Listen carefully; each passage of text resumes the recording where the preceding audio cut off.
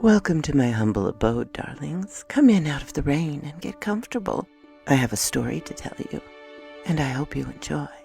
If you do, be sure to like, comment, and subscribe. Hello, my darlings. I felt like some Clark Ashton Smith again today. So today you get The Dart of RASASFA. John Montroe and his wife Mildred were passing Bellarine, a sun obscured to Earth's astronomers by a small, dense nebula, many 10 million miles beyond Alpha Centauri. Its existence has been discovered 9 years previously by an expedition which had gone by to remoter spatial objects. John and Mildred were the only crew of the space flyer Daedalus, in which they had left Earth 2 years before and were making maximum speed of several light years a week by atomic power. Their reflectors, Bellarine, a white sun similar to our own, displayed a system of 7 worlds. The tint was unusual. Most suns in proximity to nebulae were blue or red. They were nearest to the 4th world when the trouble began. A sudden and violent veering towards the planet, which lay to starboard. John's quick inspection showed that the steering apparatus was in good order. Some obscure magnetic force, not classified by their instruments, was drawing them downward to the unknown world, which soon revealed a conformation of plains and mountains below. The plains broadened. The mountains leapt upward with tops and slopes that assumed color and shape. Definitude. "God, we're going to crash!" John cried. He and Mildred watched helplessly as the vessel slanted past the high peaks with no visible snow, but a lichen-like purplish vegetation. They dipped into a long, steep ravine showing threads of water or other liquid at the bottom, and then landed on a sort of shelf, their prow plunging into soil and rocks deep enough to hold the ship from sliding further. Stunned by the impact, the Voyager soon regained full consciousness. They had held instinctively to the steering seat, but were bruised and bleeding. The engines grew silent. Air blowing in their face drew their attention to the manhole in the slanted wall. It had been forced half open, and their atmosphere was tempered by a cool, fresh breeze from outside, which seemed to have no deleterious effects, but were perhaps a little higher in oxygen than that which they were accustomed. John examined the atomic engines. They had been turned off automatically by a breakage in the rod which connected them with the steering gear. The rod was made of carbonadium and zirconium, the last named a new element found on the moon and certain other planets. How it had been broken, unless flawed, was a mystery. The alloy was harder than diamond. Unless the break could be mended, they would be powerless to resume their journey. John cursed in a low voice, remembering that they had neglected to bring along any spare parts, and wondered if the local landscape would afford the required materials. If so, they had a furnace for smelting and fusing, and could mend the rod, even if rather crudely. He told Mildred the problem, adding, "There's nothing for us to do except get out and hunt, otherwise we'll be stuck here till the second coming." He packed a knapsack with food and a thermos bottle of coffee, and gave it to Mildred. Then, carrying, slung from his shoulder, a pick and a shovel, and a complicated new instrument for detecting all known metals and elements up to a depth of 10 or more feet. He forced the manhole lid open enough to climb out and descend the ledge on a crazy slanted ladder. His wife followed, having strapped the knapsack about her neck. They could see much of the surrounding terrain. Far in the distance of the flat country below, towers of tall buildings glimmered. At their feet, a series of rough projections in the stone made feasible their descent to the stream bed where liquid pools and cascades gurgled between steep, walls partly mantled with lichen or other short growth harder to classify. The climb down to the stream bed tested each of the salients carefully before trusting their full weight upon it. The pools were indistinguishable from common water at close view, but might contain poisonous elements. They did not pause to test it, but stepped across the stream and began to ascend the opposite side, stopping many times to try the detection instrument, which showed only minerals and metals of ordinary kind, including traces of gold, silver, iron, and mercury. By slow degree, they worked diagonally towards the plain, crossing several ridges and streams, one of the latter a cataract which they had to circumnavigate laboriously. At last, on a downward slope, they found evidence of carborundum, and not far away, a small deposit of zirconium. John started to dig. He'd gone down about 5 feet and had struck the carbonium, Mildred over beside him, when an interruption occurred. A heavy net of some clingy rope material dropped over their heads and tightened. Beyond the meshes, a group of incredible beings, reptile-headed, but upright, bluish in color, with 2 hands and feet, were standing over them, holding the long handle of the net. One of these beings carried a sharp-pointed spear, with which he touched them in turn, pricking through their clothes between the meshes. Unconsciousness quickly followed, a spreading numbness at the touch of the spear. Mildred awoke in a dungeon-like roofed enclosure, lit sparsely by small globes in the wall, which had the look of staring, volitioned eyes. She was lying on a low couch of some soft and colorless material. Beside her on the floor was a flattish bowl containing, she conjectured, some sort of foodstuff. Still dazed and sick, she did not feel tempted to taste it. Anyway, the odor was not appetizing. It suggested stale fish. She raised herself dizzily on her elbows. The floor seemed to reel, the lights in the wall to dance. Around a corner, swaying with the room's apparent motion, walked 3 of the bluish reptile-headed beings. One of them strapped an apparatus, like an electrode, to her forehead, and held the other to his own. She noticed for the first time that his hands were 4-fingered. She heard in her brain a weird buzzing, which began to shape itself into sounds that she could not recognize until words, until after an interval. Presently she surmised that the sounds were a telepathic attempt at translation into English from a radically different tongue, in which many letters were hissed rather than spoken, but in the words that were well nigh unpronounceable by the human mouth structure. Mildred made out, "To the temple you must go, where waits RASASFA. Other person, not yourself, to sacrifice will result for us much benefit, much learning." The sound changed, becoming more rapid and less distinct, with a tone of stern command. Perhaps a hypnotic suggestion was being administered. At any rate, she could not remember its nature or import when the being withdrew the instrument. Her captor drew her upright. Their clammy touch made her shudder. Mildred's arm was supported, while a reptile mask, whitish rather than blue, was fastened over her face.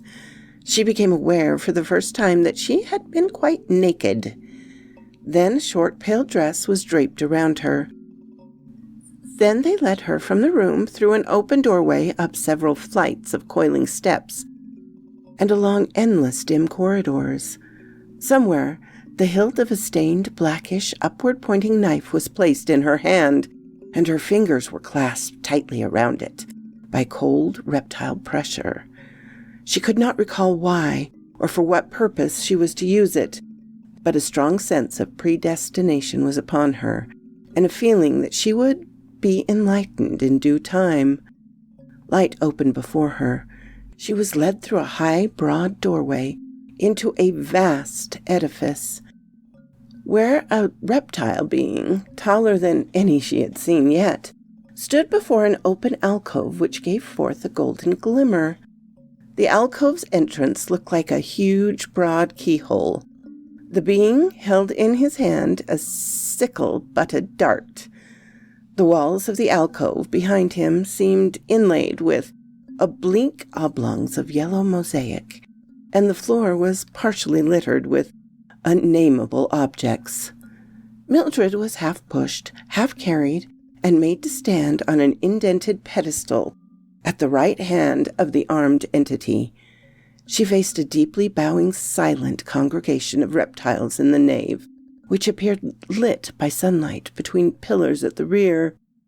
Still half dazed, she perceived that a man had entered at the left and had paused in front of the dart-bearer. For a while she failed to recognize that man was John. His features seemed blurred with the faces of others she had known, had liked or disliked in former years. An impulse of sudden hatred made her raise the black knife, and she was about to fling it towards him. She never knew what checked her. Perhaps the hypnotic command implanted in her mind had suddenly been reversed. She paused while the dart-bearer left his weapon and hurled it violently at John, piercing his shirt at the side as he dodged agilely with muscles trained by a multitude of tasks. Something, perhaps the remaining part of the hypnosis, told her that the dart-bearer was RASASFA, priest of the ultra-planetary sect. She leapt from the pedestal and stabbed him deeply in the side. Almost simultaneously, in his convulsive struggles, he scratched her breast with the dart point before he dropped. John and Mildred both underwent a strange hallucination, identical in all details, which they could never afterwards forget.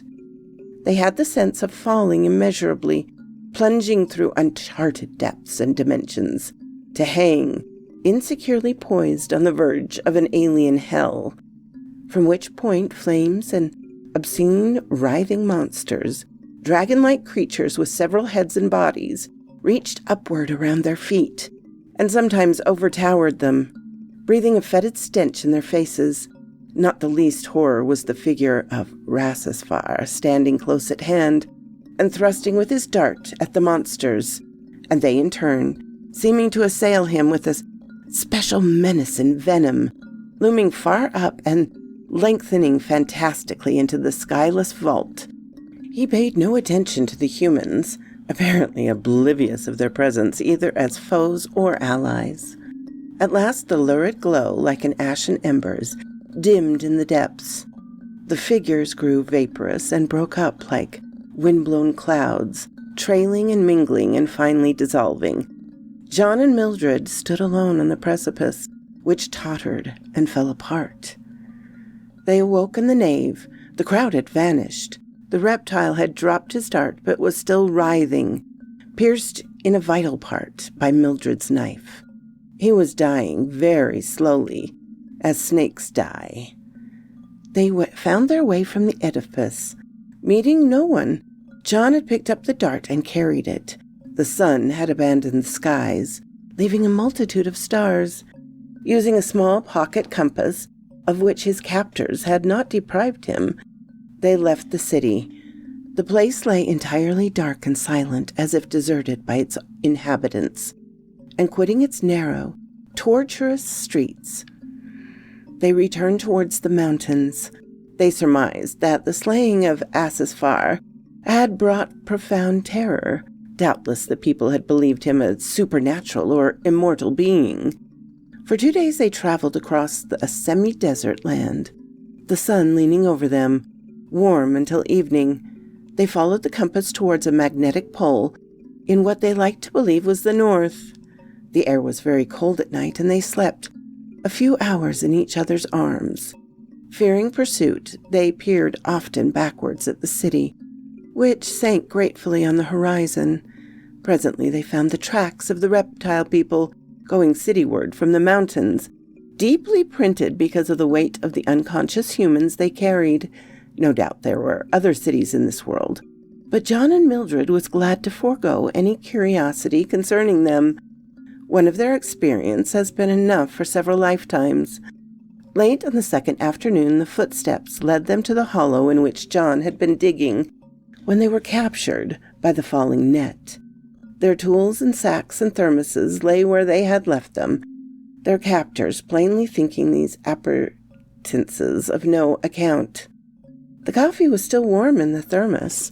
They gulped some of it down eagerly when John resumed his digging, while Mildred remained on the ridge, watching the remote city, which seemed to waver and flicker like a mirage. John had filled one of the sacks with crude carbonium and was beginning to uncover the zirconium when he heard Mildred cry out in warning. Hastily he climbed the ridge beside her, taking with him the dart weapon and a pistol snatched from his pack. A half a dozen of reptile men, climbing noiselessly, were hard upon them. All were armed with darts. They paused when John brandished RASASFA's weapon, as if realizing its weird powers and superiority to their own. Then they resumed their advance. John dropped two of them with the pistol, which was a sort of flamethrower and short-ranged. The others fell back and concealed themselves behind boulders. They had estimated closely the range of the flamethrowers. "Take over while I get the zirconium," John instructed, giving Mildred the pistol. She obeyed while John finished laying bare the needed elements and partly filled the other sack. He attached the tools and sack to his shoulder band, and telling Mildred to follow, began to scale towards the space flyer. It was a close race. He heard the snap and the hiss of the pistol, and Mildred's cry of triumph as at least one of their pursuers fell back. Then he was climbing the flyer's ladder and pushing his load through the manhole. Hanging at one side, he made sure that Mildred preceded him, snatching the pistol from her hand as she went past. One of the reptile men was starting to climb the ladder, but fell into the ravine when John fired. John went through the manhole and made fast the outer and inner lids. They worked on their repairs for much of the night, hearing the baffled cries of the reptiles and the furtive crash of their weapons against the hull and windows. The furnace had done their fusing, and the rod was wielded and left to cool. At earliest morning, they took off and regained the outer skies. This was Smith's very last story. It was completed July 21st, 1961, 3 weeks before his death. He debated on the... Originally, he was going to have the woman named Muriel rather than Mildred. Somebody questioned the name Muriel for a heroine, and so he changed it to Mildred. Which do you think would be a better name for a sci-fi heroine? Mildred or Muriel? I think of Courage the Cowardly Dog. And imagine Muriel up in the stars.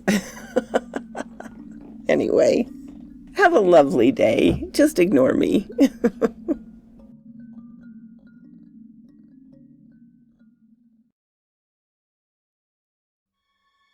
Thank you for stopping by, my darlings. It means so much. I so enjoy telling these stories for you. And here are some of my marvelous supporters. Please, if you haven't subscribed, consider doing so. If you give this video a like, it would help me out ever so much. Thank you, and have a lovely, lovely day.